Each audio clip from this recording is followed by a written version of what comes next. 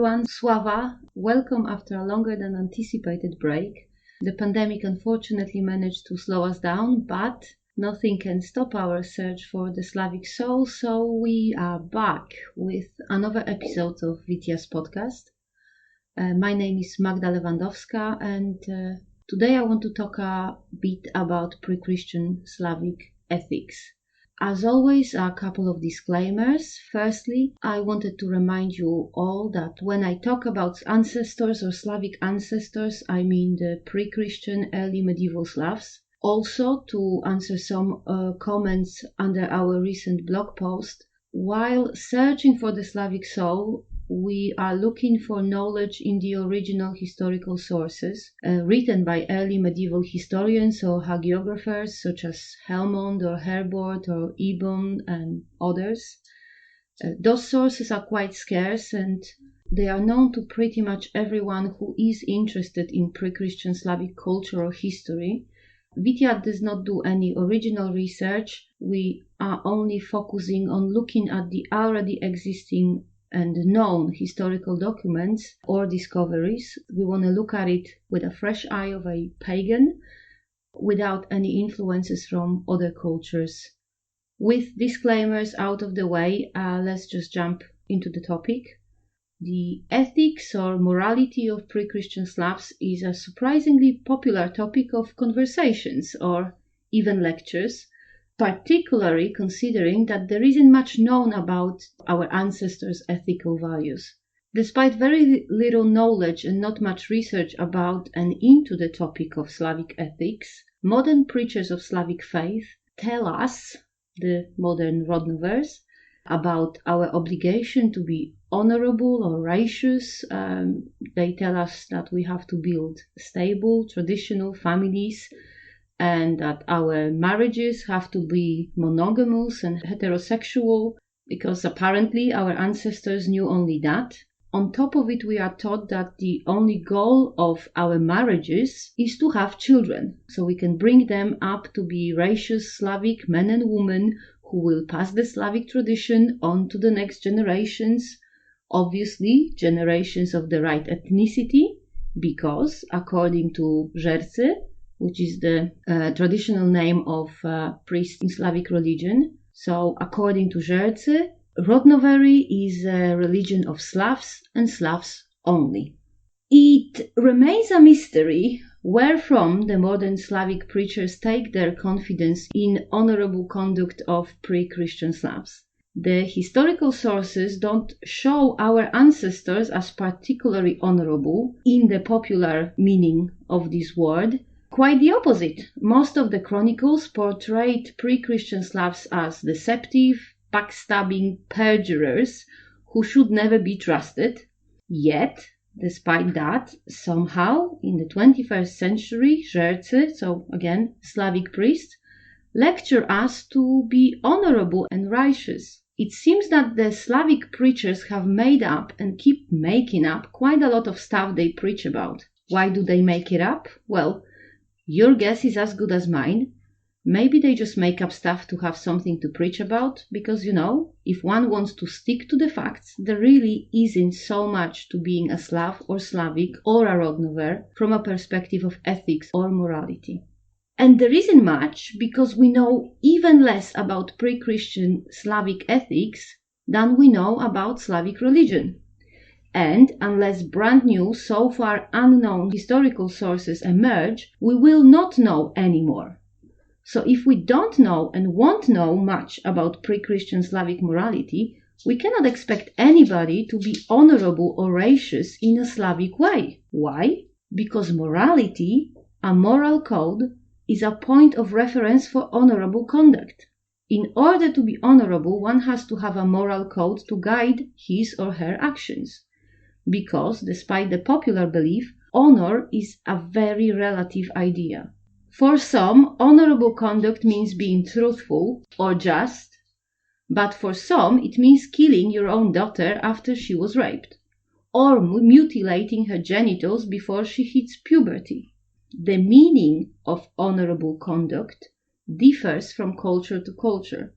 It differs because honor needs a moral code as a point of reference. So, if we don't know what pre-Christian Slavs considered moral, how on earth can we be expected to be honorable in a Slavic way?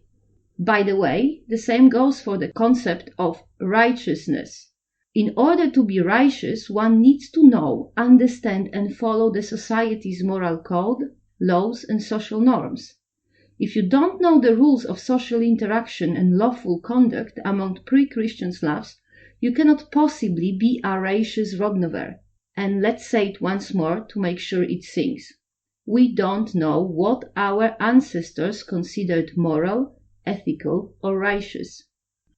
So another thing our creative żercy are making up quite often is the concept of traditional Slavic family. According to the Rodnovery preachers, such traditional marriage should be stable, monogamous, heterosexual, and focus on making racially and ethnically pure Slavic children. And a funny thing is, żercy actually got one thing right here, the making children part, but not the racial or ethnical purity or, in fact, anything else. For a change, we do know quite a lot about pre-Christian Slavic marriages. We know they were, or rather they could be, polygamous, and we know that divorces were allowed. We also know what was required for a pre-Christian Slavic marriage to be legal, and this requirement was a wedding gift.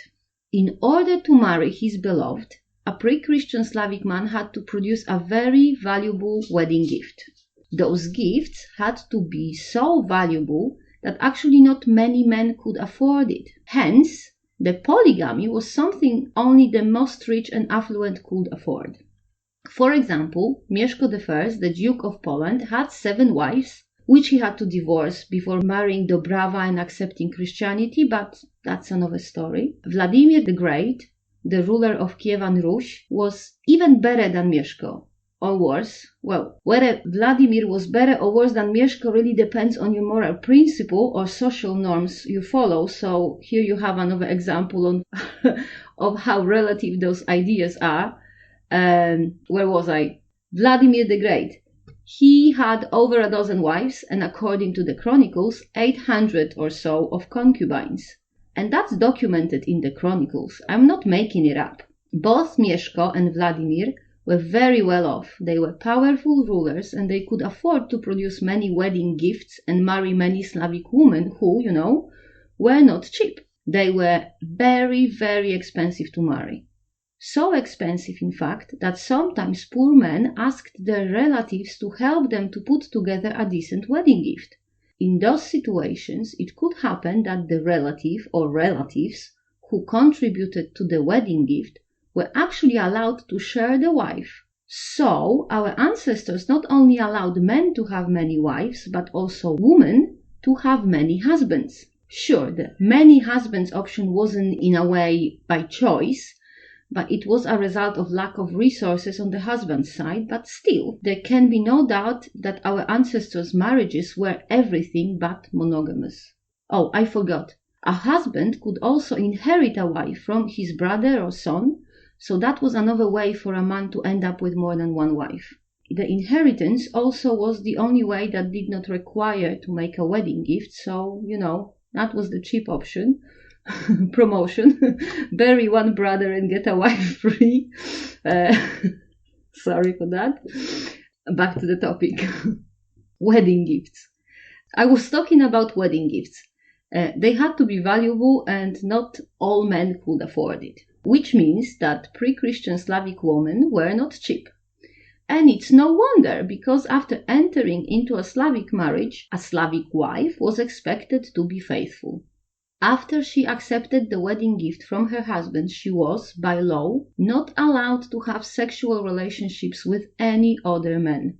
Adultery was punishable for both the wife and her lover, and the penalties were severe, like genital mutilation, including amputations of penis or vulva. Death penalty was also possible, and that for both the lover and the wife. So, as I said before, that was the one thing that modern Slavic preachers got right. The pre-Christian Slavic marriage clearly was all about producing offspring. The wife's job was to have children of the man who she accepted the wedding gift from. We could say that being a wife was a kind of occupation for at least some of the Slavic women. Like men, if they had appropriate physical abilities like strength or hardiness, a Slavic man could sign up to serve as Slavic duke, to fight for his cause or even die in his defense. And those men who signed up to serve as Slavic duke were paid handsomely and expected to serve faithfully. So, women, if they wanted and had appropriate physical abilities like, beauty or wide hips, women could also enlist to be somebody's wife. They could, in exchange for a valuable wedding gift, accept a duty to serve faithfully as a wife and to bear her husband, the man who paid the wedding gift, to bear him and only him the children he needed to continue his bloodline. The ethnicity or race of those children did not matter in the slightest, as long as the husband was their father. We know that Slavs married Germans, Vikings, or Celts, so clearly they didn't care about the ethnicity or the pureness of the Slavic blood. What they cared about was something else. It was the pureness of the bloodline of the husband's family or clan. So why do modern Rodnovery preachers talk about ethnicity or even skin color? I have no idea. But what I know, it's bullshit. It's not true and has no basis in any historical sources. Pre-Christian Slavs were not racist or xenophobes. We shouldn't be either. And while we're on the topic of Slavic wives, I'd like to very briefly discuss the unmarried women in pre-Christian Slavic society who, as it seems, were not required to be faithful, sexually exclusive, modest, or anything else. Although the Judeo-Christian culture allows women to only be virgins or wives, there isn't any other option in this culture. But in pre-Christian Slavic culture, women were allowed to take on other roles as well. An unmarried woman among Slavs was free to decide if she wanted to have a sexual relationship with whom she wanted it, if she wanted to have children or not. There cannot be any doubts that such free women existed among pre-Christian Slavs, because if they didn't, the ritual orgies mentioned in many chronicles could not have taken place, because there wouldn't be enough participants. If pre-Christian unmarried Slavic girls or women were not allowed sexual freedom, if prayer of extramarital sex was not accepted in the society of our ancestors, who would have danced around the Kupawa's bonfires? The Duke and his wives? Would the chronicles, missionaries, and medieval preachers have wasted their time, parchment, and ink to lecture the husbands and the wives not to look for a fern flower in the forest? Obviously they wouldn't. So why then modern Rodnovery preachers expect faithfulness and childbearing from women who did not receive an appropriate wedding gift? From women who, according to the Slavic tradition, are not married and are free to do whatever they want. It seems that the preachers, as preachers in most religions tend to do, instead of leaving women the heck alone, they decide to make up a shitload of restrictions for them because, a woman needs to know her place. So you've got to be blind not to see a direct copy of Judeo-Christian doctrine here. A woman has to be this and that and do this and that, and it's all for the benefit of the man and the greater good and the bloody God himself. But no, this is not how our ancestors saw it. A woman could do whatever she wanted with her body and her life. If she wanted to get married, she could, and the act of getting married, the act of accepting the wedding gift, it came with a requirement of sexual monogamy. But accepting the requirement of being faithful to her husband was paid for handsomely, so it wasn't a sacrifice. It wasn't a burden or a cross like the Judeo-Christian religion wants it to be. It was a job. A job a woman could accept if she wanted, but did not have to if she didn't.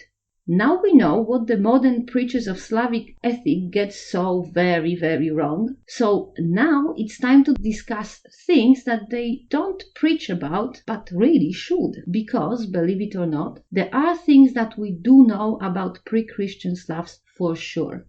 Slavic hospitality is one of them.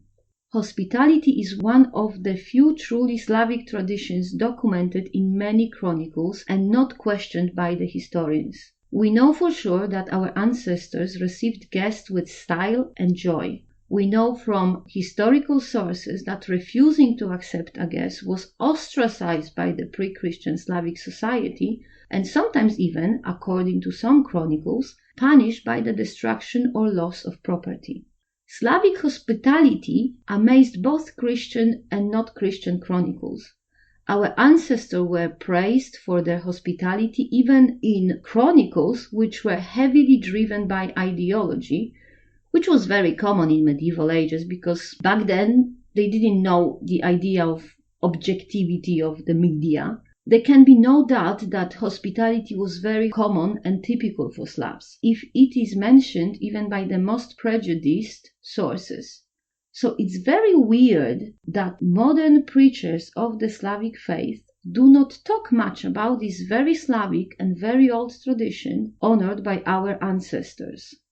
It is not possible to say why exactly Slavs were so hospitable.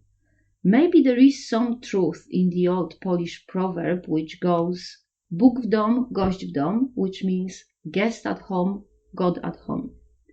Maybe pre-Christian Slavs did believe that their gods travel the land and occasionally visit people's homes. Or perhaps our ancestors received guests in order to protect themselves from the malevolent spirits. I'm sure you all know that in the medieval ages traveling was an extremely dangerous enterprise, and pretty much only travelers became guests to our ancestors' houses. It is not beyond the realm of possibility that pre-Christian Slavs eagerly helped out travelers to ensure that, in case the traveler died at a later stage of the journey and turned into a demon, the demon will not seek revenge or attack a person who refused to help. Whatever were the motivations of our ancestors, there is no doubt that they went above and beyond to show their guests how welcome they were. So, what does it mean to us? How should we, the modern Rodnovers, follow this ancient Slavic tradition of hospitality? Firstly, we need to figure out who should we be hospitable to. So we need to figure out how to tell if a stranger is a guest or, I don't know, an enemy or an invader. Our ancestors had it very easy here, because more often than not, they could recognize a guest without any major problems, because a guest would speak differently, look differently, but also he or she would not wave a sword or shoot a bow towards our ancestors. Unfortunately, accurately recognizing a guest is not so straightforward in the 21st century. With globalization, economical migrations, touristic boom, and increased social isolation, how can we recognize who is a guest and who is a tourist or a criminal, an economic migrant, or even our own neighbor? Ever-progressing unification of cultures makes recognizing a guest even more difficult. Without tribal or clan differences in clothing, hairstyles, or jewelry, how we are supposed to distinguish who is local and who is foreign? Who is a guest then? A guest is a person who is unknown and unrelated to us and who we invite to be our guest, which means we invite him or her to live with us for a period of time, which might not be set in advance but is nevertheless limited. From this definition, we can see that a guest is a person who does not plan to stay with us or, on our land forever. A guest arrives and after a period of time leaves. From this, it follows that an economic migrant is not a guest as he or she arrives into our land to stay permanently, not as a guest would, just to visit. But how we are supposed to know what are the intentions of a person who arrives at our house or into our land? Well, the truth is we won't know those intentions until we talk to this person, until we get to know him or her, and through his or her words or actions, we understand the true intentions of the newcomer. Hence, if we want to honor our ancestors' ethics and traditions, we must individually assess and understand every single person who visits our land or home. So as Slavs, as Rodnovers, as the heirs to our ancestors' heritage, we must not judge foreigners basing on their race, ethnicity, or looks. The ethical principles of our ancestors' religion require that we are hospitable, that we receive guests and treat them with respect and openness. Our ancestors invited under their roofs Jews, Muslims, Christians, Vikings. They opened their homes to merchants, to diplomats and missionaries. Their hospitality knew no limits and no exceptions, regardless of the guest's ethnicity, skin color, style of clothing, or any other differences. How do we know it? From chronicles. We know that Christian missionaries were very surprised with Slavs' hospitality. We know that our ancestors invited those Christian missionaries to Slavic temples and other places of worship.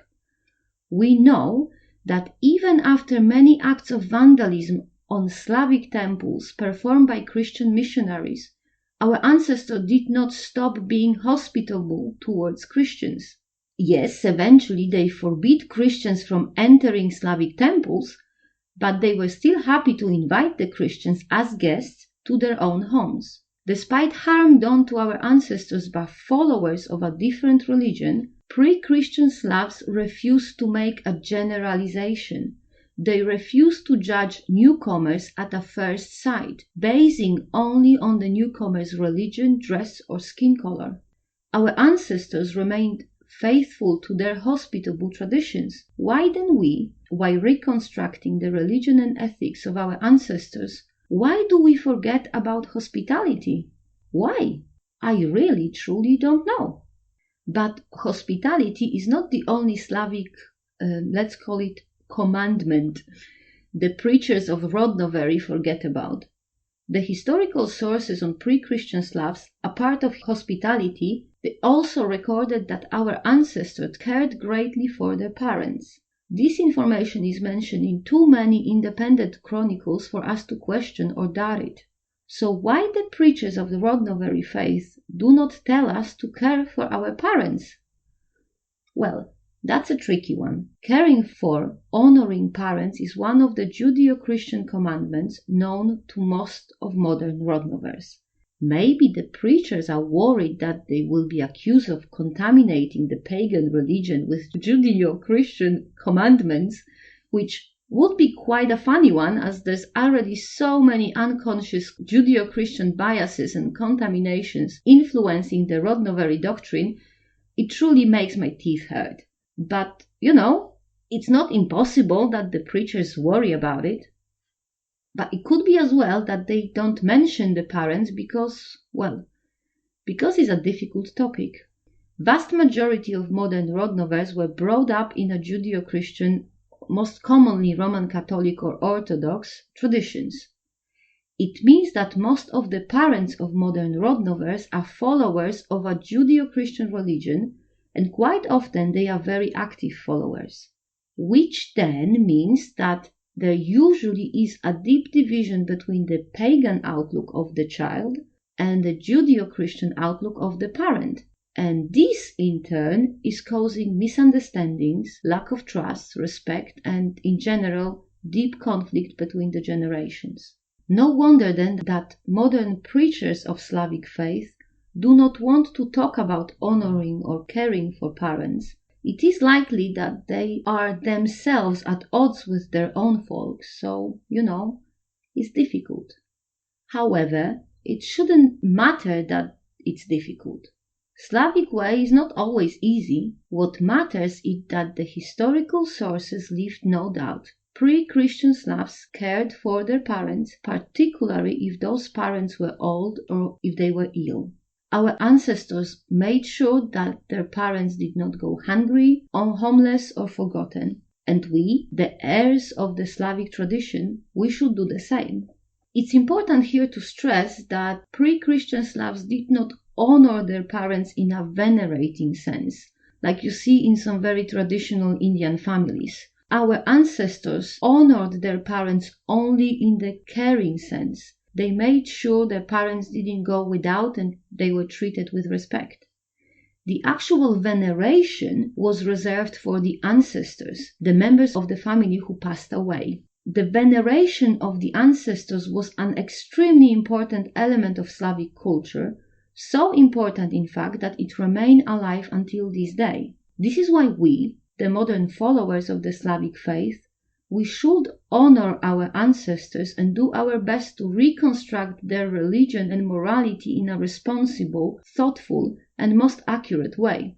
We shouldn't make up stuff, but we should be determined to get it as right as it's humanly possible. We must not let the Slavic preachers rave about honor or righteousness or monogamic heterosexual marriages because none of this is mentioned in any of the known historical sources. If we want to venerate our ancestors, we must stick to what we know for sure. Let them care for our parents, particularly in their old age or in illness, regardless of whether we agree with their outlook or religion or even their expectations towards our own life. If we want to truly honor our ancestors, we must be hospitable and we must not judge strangers or foreigners without getting to know them first.